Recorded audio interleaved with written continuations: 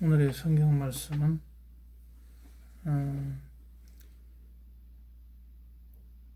열왕기 하 14장 23절에서 27절까지입니다. 오늘의 설교 말씀은 제목은 여로보암 2세가 되겠습니다. 성경 봉독해 드리겠습니다.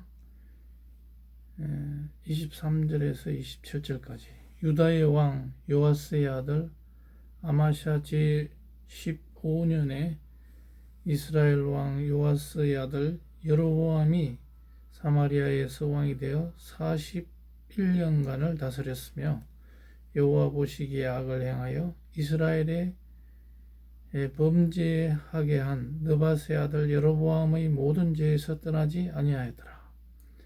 이스라엘의 하나님 여호와께서 그의 종 가드 헤벨 아미떼의 아들 선지자 요나를 통하여 하신 말씀과 같이 여로보암이 이스라엘 영토를 회복하되 하맛 어기에서부터 아라바 바다까지 하였으니 이는 여호와께서 이스라엘의 고난이 심하여 매인자도 없고 노인자도 없고 이스라엘을 도울 자도 없음을 보셨고 여호와께서도 또 이스라엘의 이름을 천하에서 없이 하겠다고 아니하셨으므로 요아스의 아들 여로보암의 손으로 구원하심이었더라. 아멘. 오늘 성경 말씀 설교 말씀의 제목은 여로보암 2세가 되겠습니다. BC 750년 이야기입니다. 이때는 지금부터 2750년 전이니까 대단히 오래된 이야기이기도 합니다.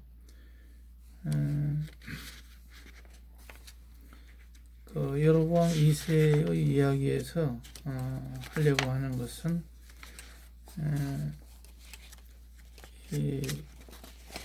이분이 정말 그 광개토대왕처럼 이스라엘의 땅을 영토를 그렇게 넓히고 했지만은 하나님 보시기에는 그렇게 좋은 왕이다 이렇게 평가를 받지 못하고 있습니다. 더더군다나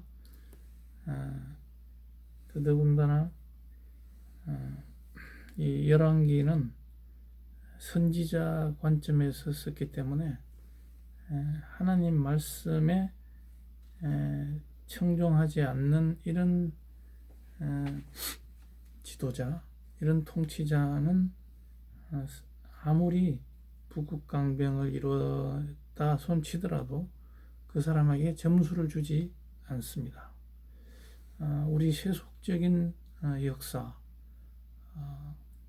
도전과 응전이라는 이런 토인비의 역사관, 또 다른 이에이치카의 역사관 이런 것을 통해서 보면 이렇게 북극강병을 이루고 경제적으로 풍요한 국가를 이끌었다면 그것은 괜찮은 왕으로 비칠 수가 있습니다. 그런데도 이 성경을 서술한 사람이 선지자였기 때문에 또 역대기 하에도 가보면 이 역대기를 제사장인 에스라가 썼기 때문에 이 제사장적 관점에서 봤을 때 이것이 아니다. 하나님의 뜻에 어긋난 그런 통치라면은 이것은 제대로 된 통치가 아니라 이것은 우상 숭배의 정치요 잘못된 그런 것으로 이 사관의 관점이 그렇게 되어 있던 겁니다. 그래서 이렇게 북극강병을 이루고 백성을 부유하게 살게 했던 이런 왕에 대해서 평가가 박하게 나온다 하는 것을 일단 염두에 두고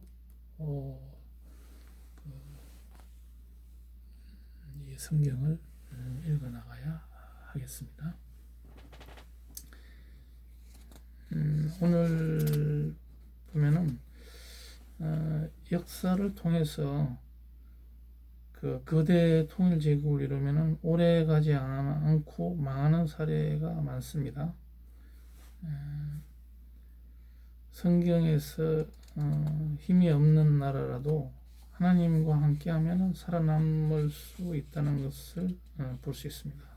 개인도 마찬가지입니다. 개인이 아무리 부자가 됐다 하더라도 그 뒤에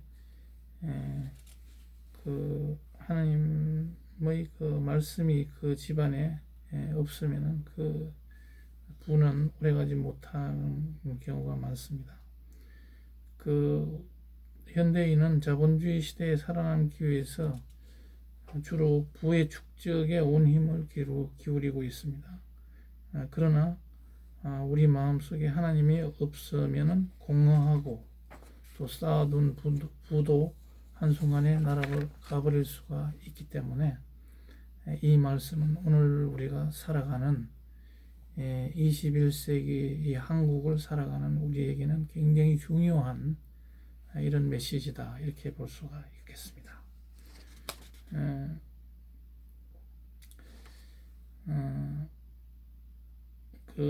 이 말씀의 결론은 이렇습니다. 결론부터 먼저, 하나님은 이스라엘 민족이 우상 숭배를 버리고 여호와께로 나오시기를 바라시고 이스라엘의 적대국인 아수르 제국의 그 니느웨 백성까지 회개하라고 이 요나 선지자를 보냈던 겁니다. 하나님 전으로 나오기를 바라셔서 이렇게 요나를 니느웨 선교사로 임명했던 겁니다. 그 요나 얘기를 하면, 요나는 주전 8세기 북이스라엘에서 선교를 하면서 이스라엘의 부강을 염원했습니다. 여로보암 2세가 통치를 잘해서 북쪽으로 영토 확장을 하기를 바랬습니다. 하나님이 그래서 실제로 또 그렇게 그 영토가 하맛 어기에서부터 아라바 바다까지 또 다멕섹까지 전부 다 영토를 확장해서 솔로몬 시대의 그 넓이만큼 통치를 했던 겁니다. 하나님이 없는 부와 하나님이 없는 이 부강한 나라는 얼마 가지 못한다. 하나님이 결국은 축복해 주시지 않기 때문이다 하는 것입니다. 그래서 여로보암 때의 이 부강함도 결국은 여로보암이 죽고 나서 30년 만에 북이스라엘은 아수르에게 722년 망했습니다. 오늘날 우리 시대를 살아가면서 우리는 돈의 제약을 너무 많이 받고 살아갑니다. 그러다 보니 돈을 누가 더 많이 버나 경쟁하면서 성공의 척도로 삼기도 합니다. 교회 안에서 신앙생활 하는데도 돈이 없으면 왠지 위축이 되고 교회에 나가지도 못합니다. 왜냐하면 차비도 없기 때문에. 다른 사람 다 성령차 몰고 오는데 두 발로 뚜벅뚜벅 걸어가는 것도 일단 버스비가 있어야 교회에 나갈 것입니다. 그리고 옷도 좀 있어야 나갈 것입니다. 그렇지만 개인이나 국가나 부의 축적에만 이렇게 몰두를 하면 반드시 공허해지고 재앙이 따른다는 그런 사실을 우리는 명심해야 되겠습니다. 그러면 이 여로보암 이야기를 구체적으로 살펴보겠습니다. 역사상 봐서 대제국을 이룬 나라는 쉽게 망했습니다. 진나라와 그랬고 수나라도 그랬습니다. 작은 민족이 큰 나라를 일으켰을 때에도 단명하는 경우가 많았습니다. 고구려와 발해가 그랬고 몽고의 징기스칸도 그랬습니다. 개인이나 국가나 막론하고 과욕을 부리면 패망하기 쉽다는 것을 역사는 교훈해주고 있습니다. 열왕기하 14장 23절에서 29절은 북이스라엘을 부강하게 만든 여로보암 2세에 대한 기록입니다. 아수르가 아람 족속을 쳐부순 다음에 내부적인 다툼이 일어나서 잠시 쇠퇴한 이 틈을 타서 여로보암 2세는 일찍이 아람에 속했던 영토를 회복할 수가 있었습니다. 군사적으로 경제적으로 부강하게 되자 이 북이스라엘은 우상 숭배가 더 심해지고 하나님은 결국 주전 750년경에 아모스 선지자를 남유다에 있는 아모스 선지자를 북쪽으로 보내서 이 심판의 메시지를 보냅니다. 너희들이 공의가 없다. 너희들이 잘 산다고 하지만은 거기에는 정말 공의가 없는 그런 나라다. 그래서 백성이 정말 괴롭지 않느냐 이렇게 했고, 또 요나 선지자는 국내 이스라엘 북이스라엘 국내 선지자였습니다만은 이 사람을 국내에서는 여로보암이 잘한다 정말 부국 강병해야 된다 이렇게 했는데, 그 사람을 들어서 아수르의 니느웨 도성에 가서 아수르 사람들이 그 회개해서 하나님 앞으로 돌아오라 이런 선교를 하라는 명령을 해서 보냅니다. 그러니까 고래 뱃속에 들어가서 그쪽으로 안 가려고 버티다가 결국은 고래 뱃속에 들어가서 고생하다가 결국은 가기는 갑니다만은 가서 그 사람들이 회개를 하게 됩니다. 이것은 어떤 비유를 들자면은 우리가 일본과의 그 적대 관계에 있는데 호시탐탐 일본이 우리 조선을 먹으려고 기회를 엿보고 있는데, 이 선지자를 하나님이 일본에 보내서 일본이 그 국민들이 회개하고 돌아오라 하는 그런 선교를 하게 되면 매국노라고 할 수도 있고, 또 토착 왜구로 아주 비난을 받을 수도 있을 뿐 아니라 본인 자체가 정말 이것은 하고 싶지 않은 그런 일이 되는 것입니다.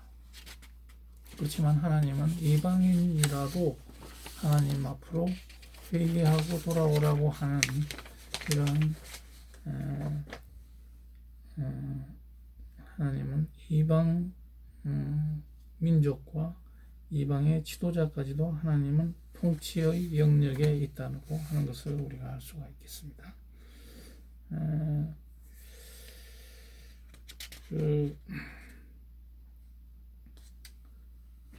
그리고 호세아 선지자도 보내서 너희들이 정말 하나님을 버리는 것이 너희들 보니까 그 여자가 창녀가 돼서 그렇게 그 한 남자를 따르지 않고 이 남자 저 남자에게 따라다니는 그런 창녀의 비유를 북이스라엘 사람들에게 비유를 했습니다. 그렇게 하면서 빨리 돌아오라고 그런 말씀을 하시는 것을 볼 수 있습니다. 그리고 여호와를 유일한 하나님으로 믿고 섬기는 백성은 하나님이 지켜주신다 하는 것을 이 열왕기하 14장에서 볼 수가 있습니다. 여로보암 2세의 치세를 일단 25절은 보여주는데, 선택된 백성들이 너무 가난하고 배고픔에 시달리자 하나님은 북이스라엘의 지경을 넓혀주고 경제적으로 윤택하게 해 주셨습니다. 그렇지만 이들이 우상 숭배에 도가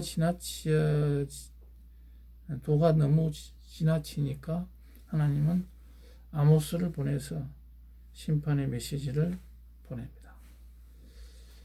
아수르 제국을 들어서 북이스라엘을 치려고 경고를 보냈지만은 듣지 않습니다. 호세아와 아모스를 또 다 보내지만은 별다른 효과를 거두지 못합니다. 그 아수르는 그 BC 3000년 3000년경부터 BC 610년까지 존속한 강대국이었습니다. 아수르는 주변국들에게 굉장히 악독한 나라로 알려져 있습니다. 아주 그 악행이 극에 달한 그런 나라입니다. 하나님을 믿지 않고 우상 숭배하는 그런 나라입니다. 그런데 이스라엘은 어떻습니까? 유대인은 그 나라를 잃고 587년 남유다가 완전히 패망하고 그 뒤로 그 유대로 돌아왔습니다만 그때는 계속해서 강대국의 지배를 받고 있는 나라였습니다. 그러다가 AD 70년경에 로마에게 완전히 함락을 당하고 1900년 동안 나라 없이 지냈지만 여전히 영향력을 과시하고 있었습니다. 하나님이 끝까지 보살피시는 나라와 개인은 재물과 군사력, 영토의 크고 작음이 있지 않다 하는 것이죠. 하나님을 잘 믿고 악행을 멀리하는 나라와 개인은 축복을 받게 된다는 것을 알 수가 있다. 역사를 통해서 알 수가 있다. 북유럽파와 영국이 기독교 선진국으로 축복을 받았고 그 다음으로 미국이 기독교 종주국이 되면서 번영하고 또 지금도 번영하고 있습니다. 그 바톤을 한국이 이어받을 그런 차례입니다. 그런데 어떻습니까? 우리 한국이 해방 후 해방된 지 75주년이 됐지만 이제 우리는 국민소득 3만 불대에 가 있고 먹는 거는 해결이 됐고 이런 상황에서 오히려 배가 나올 만큼 국민들이 다이어트를 해야 되는 이런 시대에 살고 있습니다. 그러다 보니까 우리 머릿속에는 하나님이 점점 사라져가고 있습니다. 교회가 침체 일로에 가고 있고 교회마다 청년들이 숫자가 적어져 가고 있습니다. 이것은 무엇을 말하냐면 잘 살다 보니까 결국은 이 여로보암 2세의 시대처럼 국가는 부강하고 경제적으로 잘 살고 하지만 하나님이 없는 그 민족과 그 국가, 그 개인은 결국은 망할 수도 있고 흔적도 없이 망할 수도 있다는 것을 알게 되기 때문에 우리는 이 시대를 사는 우리는 굉장히 경각심을 가지고 이 말씀을 들어야 하겠습니다.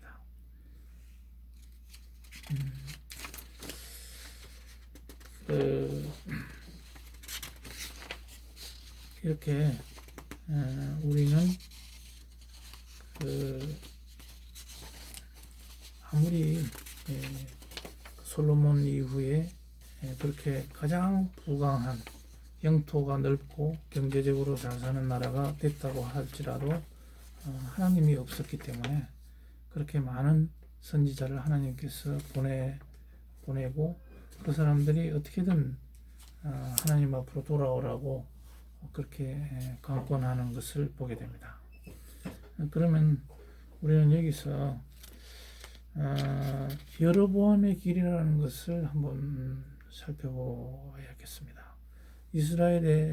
북이스라엘의 초대 왕인 그 여로보암 1세는 신령주의 노선을 걸었습니다.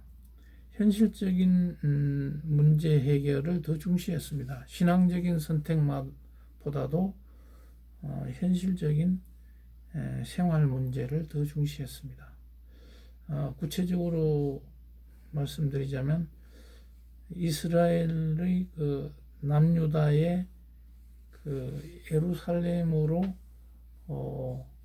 그 예루살렘 성전에 예배드리러 가는 것을 막기 위해서 단과 베델에다가 송아지를 금송아지를 세워서 거기에 예배하게 했습니다. 산당을 지어서. 그래서 이 백성들이 굉장히 좋아한 겁니다. 그쪽까지 내려갈 필요가 없으니까. 그리고 그 제사장도 굳이 이 레위 계급이 아론의 후예가 대제사장이 될 필요가 있겠느냐. 아무나 스펙이 되고 돈이 있고 왕에게 충성하는 사람 다 해라. 이렇게 하면서 절기도 바꾸고 이렇게 아주 편의 위주로 해왔던 겁니다. 이것이 오늘날 우리에게 시사하는 것이 뭐겠습니까? 하나님을 믿는다고 하면서 정말 그 편의 위주의 예배를 드리려고 한다든지 또 어떤 그 계명을 바꾸어서 하나님을 섬기려고 한다든지 하는 것은 굉장한 주의가 필요하다. 하나님은 그런 것을 절대 용납하지 않는 분이다 하는 것을 우리가 알아야 되겠습니다. 그래서 그 여로보암 1세의 그 이름을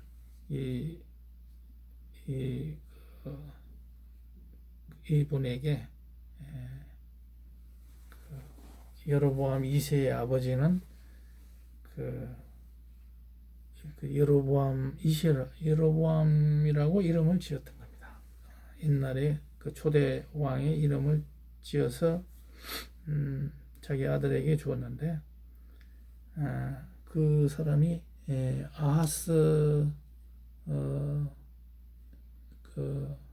아하스라고 알려져 있을 텐데요.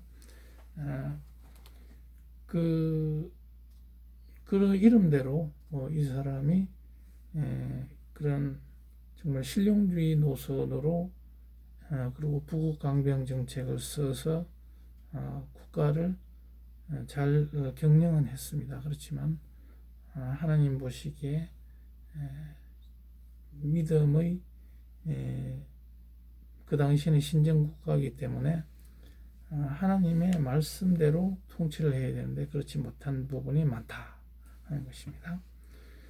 그리고 또 여로보암 2세는 우리나라로 말할 것 같으면 광개토 대왕에 비유되고 장수왕이나 또 세종대왕 이런 어떻게 보면 성군에 비유할 수가 있겠는데 정말 하나님의 잣대로 봤을 때는 이것은 좋지 못한 왕이었다 하는 것이 열왕기 하나 역대하에서 그렇게 나오고 있습니다.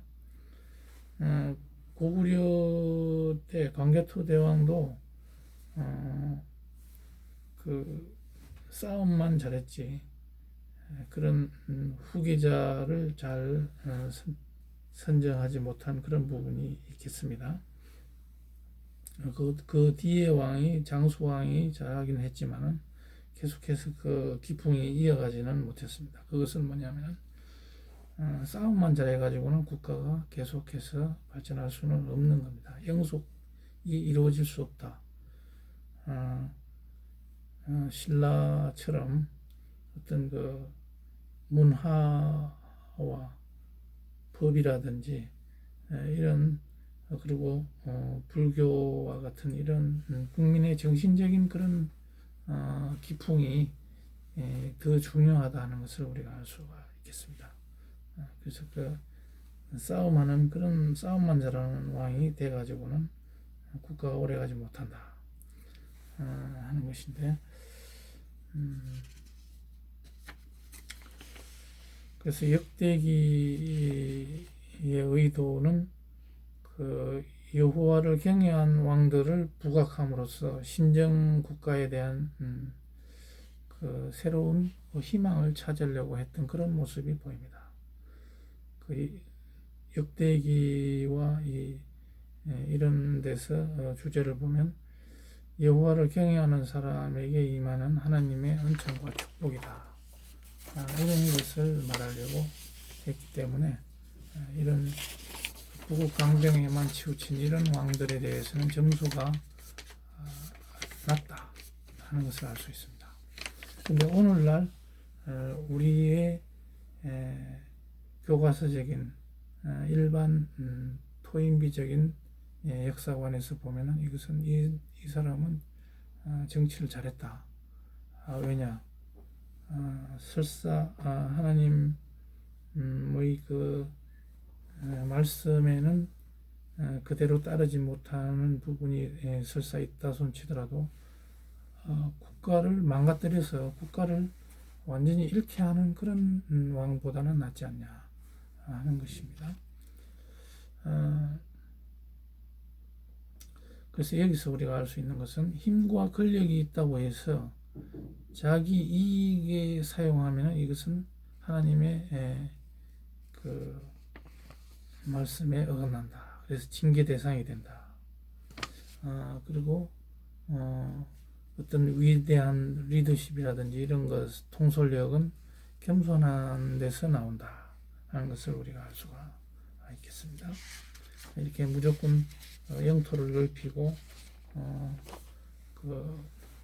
거대하게 부를 성취하고 해서 자기 힘으로 모든 것을 억누르려고 하는 그런 개인과 국가, 또 그런 국민, 그런 교회 이런 것들이 있다면 그것은 오래가지 못한다. 하나님의 통치 방식에 어긋난다 하는 것이 되겠습니다. 그리고 성경적인 면에서 봐도 창세기 39장 2, 3절에서 보면 어디까지나 하나님과 함께하는 삶, 요셉의 이야기에서 하나님과 함께하는 삶 자체가 거기가 감옥에 들어가든지 총리가 되든지 그 어떠한 상황이 되더라도 그것은 형통한 것이다. 하나님과 함께하는 삶이라는 것이 형통하게 되는 것이다. 일상을 평범하게 사는 것이라도 하나님과 함께한다면 그것은 기적이요 또 형통한 삶이다 하는 것입니다. 시편 106장 13절에서 15절까지에 보면 부유하더라도 설사 형통하더라도 영혼이 하나님, 그 영혼에 하나님이 없는 그런 쇠약한 그런 사람이라면 그것은 제대로 된 형통이 아니라 그것은 악한 형통이다. 그렇게 성경에서 말씀하고 있습니다. 그래서 여로보암 2세의 시대는 결론적으로 말하면 예배가 타락해 됐던 그런 그 나라요, 그 백성이었다. 정의가 상실된, 공의가 상실된 그런 나라였다. 돈과 예배, 돈의 예배, 또 권력의 예배, 자존심을 지키려고 하는 그런 예배. 오늘날 교회에 가면은 정말 그 대형 교회에 많이 나가서 예배를 잘 드리는 사람들 가만히 속을 내다보면은 그 속에는 돈의 예배, 내 내가 돈을 잘 벌게 해 주시옵소서. 권력의 예배, 내 자존심을 지키게 하옵소서. 이런 자기 숭배의 그런 예배가 돼가고 있는 부분이 많다 하는 것입니다. 그 여로보암 2세 때의 그 북이스라엘도 마찬가지였다는 겁니다. 그래서 우리가 뒤에 호세아 선지자의 설교 성경 말씀 또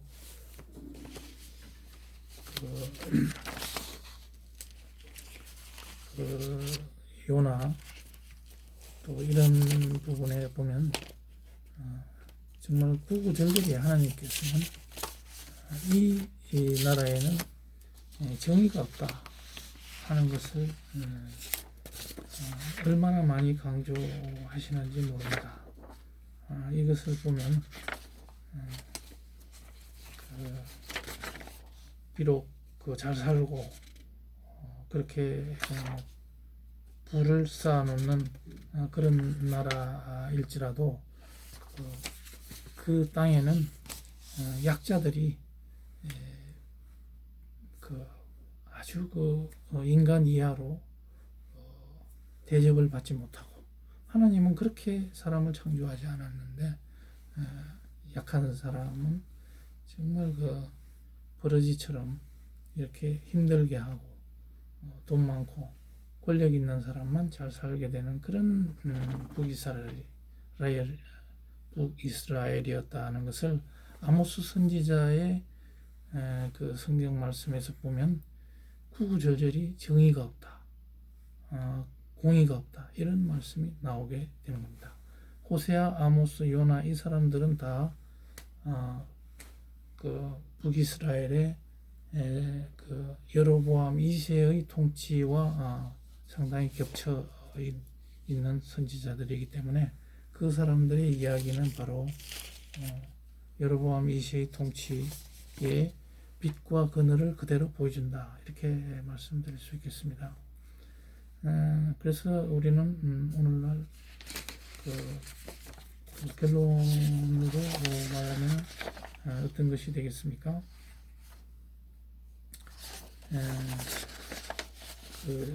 여로보암 2세 시대가 정말 풍요롭게 그냥 정말 좋은 시대였다.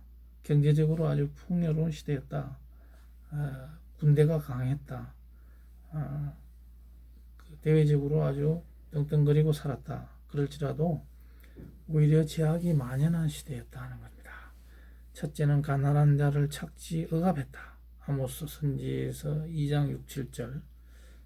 그 다음에 지도자들의 사치와 방탕이 있었다 하는 얘기고, 공의와 정의가 사라졌다. 아모스 5장 24절, 25절.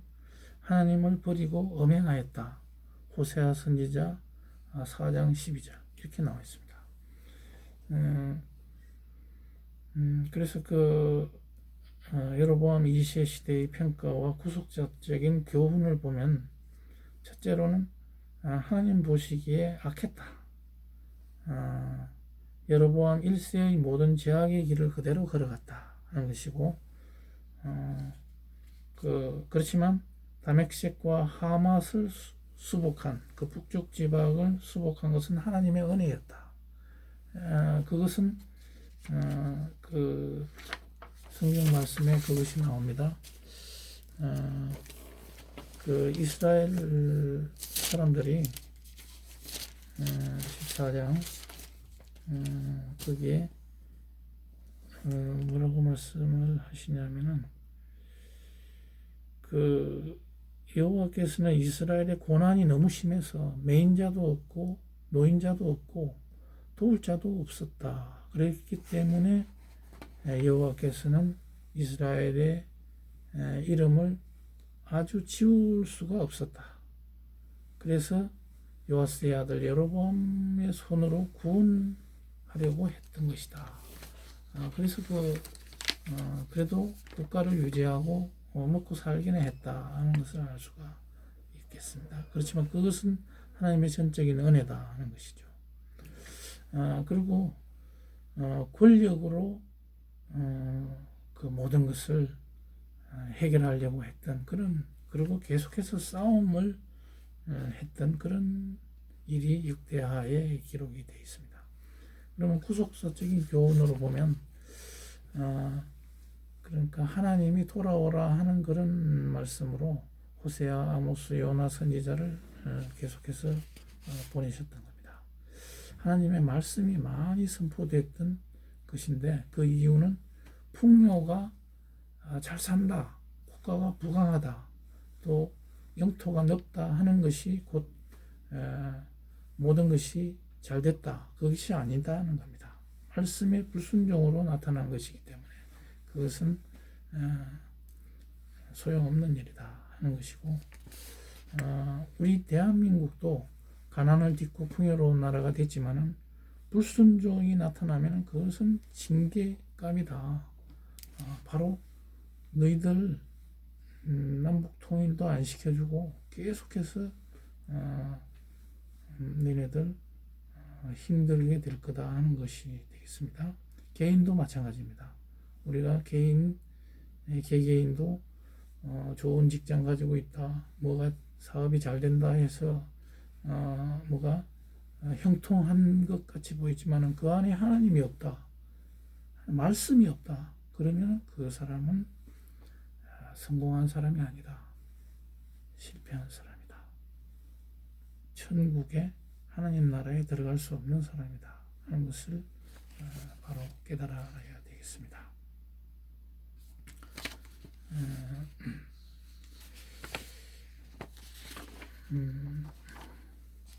그래서 그 당시도 역사의 기록에서 여로보암 2세의 그 부국강병은 슬픈 성공이다. 그렇게 화려한 그런 것이 아니었다. 하나의 그 슬픔 가운데서 하나님이 없는 번영의 허무한 것을 보여준다 하는 것이 되겠습니다.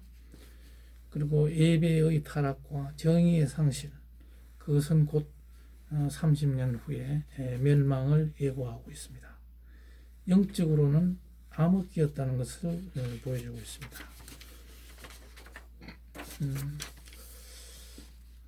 오늘날도 우리는 어떻습니까? 오직 자기 일에만 몰두하고 돈 벌기에, 또 자기의 명예와 또 자기의 그 성취 욕구, 이런 것에만 몰두하는 사람, 하나님의 그 안에 말씀이 없다면 그것은 망하는 길로 가는 것이다. 그 당시에 여로보암 2세도 마찬가지였다 하는 것이고요. 오늘 사는 우리도 이런 사람들이 아닌지 우리가 잘 살펴봐야 되겠습니다. 몸과 마음을 병들게 하는 그 슬픈 번영이 아닌지 살펴봐야 하겠다 하는 것입니다. 그래서 우리가 그 아이들을 키울 때도 무조건 영어 수학 잘해서 인류대학 가가지고 의사 되라, 변호사 되라, 무슨 판검사 되라, 이렇게 하는 것이 능사가 아니다. 그 안에 말씀이 들어가 있고 성경 말씀을 어떻게든지 그 머릿속에 들어가 있도록 해주는 것이 1차적으로 가장 중요한 부모님의 책무다. 그것이 곧 그 아이를 끝까지 일평생 살려주는 그런 길이다 하는 것을 우리 성경을 통해서 알 수가 있습니다.